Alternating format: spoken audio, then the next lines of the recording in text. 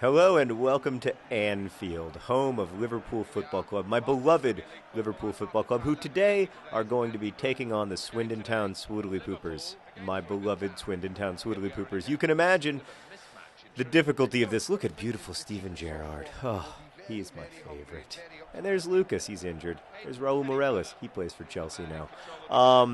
So today I'm going to talk about how I came to be a Liverpool supporter, why I love the club so much, and why I also have come to love the club Swindon Town, not just the Swoodilypoopers, but also the Swindon Town Robins. And generally, maybe in talking about that stuff, hopefully say something about fandom and how it works in our lives and how it can add meaning to our lives by giving us a tribe of people. So I will be up against Liverpool. There's Pepe Reina in goal. He's very, very good. They've got Fernando Torres up front. You know this game is old because Fernando Torres plays for Liverpool. And we've got John Green, and twice as Weiss there on the right wing. Leroy Williamson in the middle, same starting lineup we had last game. That game worked out pretty well, so we're going to try it again. We are going to do our best to win this game, but obviously Liverpool is a lot better than we are on paper. Fortunately, these games aren't played on paper. They're played on pitches. So I started watching soccer in earnest in about 2002. Oh, boy. And I always,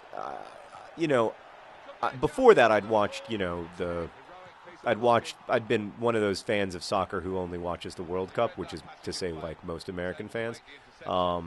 But I started to get really, really interested in the game right after I graduated from college. Not that I was playing. Look at beautiful ball John Green tracking back. He says, anything you can do, I can do better. I started to get really interested in the game. I think one of the things that initially made me interested in club football was the amazing variety of like songs and chants that are sung by supporters of various clubs. That really appealed to me. So I've been told to try to do that. It didn't work that time, but I'm going to keep trying it because everybody's been telling me what a great strategy it is. Oh, ball John Green, you had to make a tackle there. You make a tackle, you're in on goal, buddy. So, like for instance, I remember watching a Liverpool-Chelsea game, and this was right after Chelsea was purchased, or Chelsea was just coming on the scene as a big football club because they'd been purchased by this Russian billionaire, and the Liverpool fans sang, I can't say the exact words, so I will edit them to make this family friendly. Screw off Chelsea FC, you ain't got no history. 5 European Cups and 18 leagues, that's what we call history. Because Liverpool have won 18, the league tournament, or the league 18 times, what is now known as the English Premier League 18 times. And we've also won the European Cup 5 times, more than any other club in England. But we are no longer the most successful club domestically because of frickin' Manchester United winning a bunch. So I think initially a lot of my attraction to it was just the fan culture, the support, the culture of support. It's so different from the investment level that, look, football fans and baseball fans, and they love their teams. And I'm not taking anything away from it. I'm not saying like any kind of any sport is better than any other. I don't really believe that those aesthetic judgments hold much. Oh, come on, ball John Green. Got to get that to your husband. I don't really think it holds that much water. But what I love about soccer is that they don't have to come on the loudspeaker at Anfield and play a song to get people to sing or to chant or to cheer on their club. It's a really enthusiastic atmosphere. And I think the reason for that is that people have a different kind of engagement with a soccer club because it's just the way the game works is very oh no. Great save by Ricardo Bunsen-Berna. Really, really good save. I want to thank Ricardo Bunsen-Berna, who, by the way, has not given up a goal all season, insanely. Come on, let's get that ball out of there. That's not your best work, Fitzhall, but to be fair, there was no one to pass to because Ball John Green tracked back too far. Ball John Green, you're supposed to be a striker, okay? You're not supposed to be, so go be a striker. Oh, jeez, we're suffering. Okay, so a couple of years ago or a few years ago, Liverpool was owned by an American owner who really almost ruined the club and almost put us into a situation where we might have ended up bankrupt.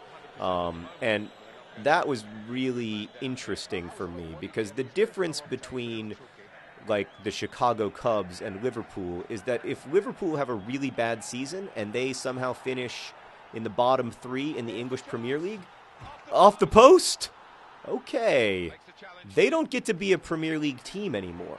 I mean, the Cubs, if they have a bad season, they still get to play in Major League Baseball. They don't get like replaced by their AAA, counterpart or something.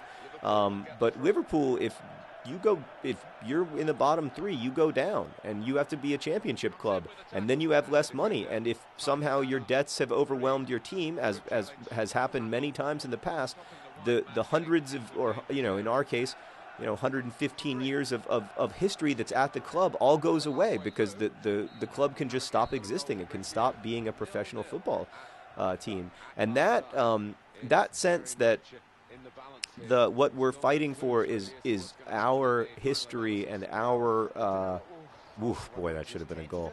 Our culture, our sense of not just for ourselves but for everybody who built the club and the heroes of the club like Bill Shankly, who won so many titles for Liverpool. That sense of being connected to the history of the club and feeling a responsibility both to the current supporters and to the history of the team and the players who came before, so that their Liverpool memories continue to mean something by the creation of new memories. That's a really powerful thing to me. And I think it more closely reflects my experience, at least, of what being a person is like, which is that, you're working with people to try to preserve the things that you care about, whether they're institutions or individuals or you got to get a better pass there, or whatever it is. You're working together to make that stuff happen. And that, big time tackle. Big time. I don't know. Was that Wellington? It might have been, but it was really big time, whoever it was. That sense is really, that's a powerful thing for me.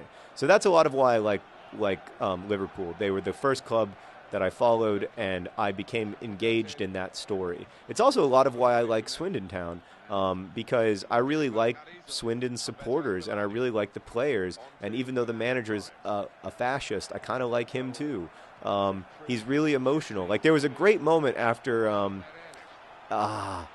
Swindon won the Douche-Gabouge, their third round FA Cup tie against Premier League side Wigan. There was a really great moment where the manager of Swindon Town came out to the media and said, "I'll answer he had tears in his eyes. He said, "I'll answer one of your questions, and then I want to go back." Oh boy, and then I want to go back and celebrate this. Fernando Torres. Wow. I mean, I have not played a good game. I apologize to my friends and family for that terrible performance, but Fernando Torres failed to punish me, so that's nice. So I think like that stuff, it just really is meaningful to me, and it's enjoyable. And there's nothing as enjoyable as the last Sunday of the Premier League season, where there's everything to play for, and 3 teams are going to go down and other teams are going to stay. Oh, what a move!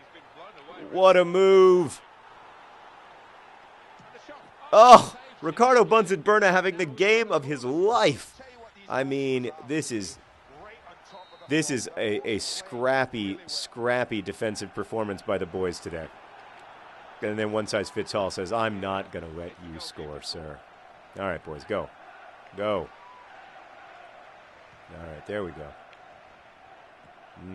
Boy, we can't keep possession for 3 seconds. We don't like the rain. We never have as a team. It's just never been what we're good at. So in 2005, I mean, the greatest moment in the history of my Liverpool fandom came in 2005 when they're making a substitution, so I will too. Dirk Kuyt coming on. Why don't you start Dirk Kuyt? That scares me. 20 minutes of Dirk Kuyt might trouble me. The greatest moment was in 2005, the Champions League. The whole run that Liverpool had was insane. But the at the end when they at the final, they were down 3-0 at the end of the first half, and it seemed completely hopeless. I mean, you've watched enough Swoodilypoopers games, most of you, to know how bad 3-0 down really is. That's just not something you can really come back from very easily. It's a huge deficit, and I certainly didn't think that they could come back. I thought I thought that we'd had a great run in the Champions League, and I was proud of it. But I thought that our season was over, but I was wrong, because Steven Gerrard scored a captain's goal, a heroic captain's goal in the second half, and then within 6 minutes we were level. And for the next hour, Liverpool played the most intense and amazing defense, including Jerzy Dudek making one of the greatest saves in the history of soccer. A save that, when he was asked about it afterwards, how he made it, he said, "I don't know. I thought the ball was in." Jerzy Dudek, who saved penalties by using a tactic that a Liverpool keeper had used in the 70s. Oh, ball, John Green, you got to get back to that ball. Fatso. Get in. Get in. Get in. Get in. Oh, frustrating. But what sparked that comeback from 3-0 down to win the Champions League, in what is, I mean, not just by me, but widely regarded as the greatest comeback in the history of soccer. What sparked that comeback was the fans, all these fans in Istanbul, tens of thousands of fans together without prompting during halftime singing "You'll Never Walk Alone," which is the Liverpool anthem. Singing this song together, all of them in one voice, so loud that the players said that they could hardly hear the coach's halftime speech, because all they could hear was the thousands of people, screaming "You'll Never Walk Alone" together desperately. And they come out back on the pitch and they respond to the support of the fans with this amazing performance, and then win the game. It's one of the, I watch it on DVD several times a year, but it is one of the most beautiful things you will ever see in your life. It's just too far. That should have been a 90th minute goal. Go. Frustration. And a nil. Sorry about that. That wasn't very sporting. 0-0 draw. Just another 0-0 draw. They made Steven Gerrard's nose kind of big. That was rude. Anyway, thanks for watching. Thanks for supporting the Swoodilypoopers, even though we have not had a great scoring run, scoring 0 goals in the league so far. I will say, however, that you know what? If we can get through 38 games this season with Ricardo Bunsen-Burnett stopping every single chance and not give up a single goal, we're going to be fine. We just need to get our offensive rhythm, and we'll find it. So, thanks for watching. Best wishes.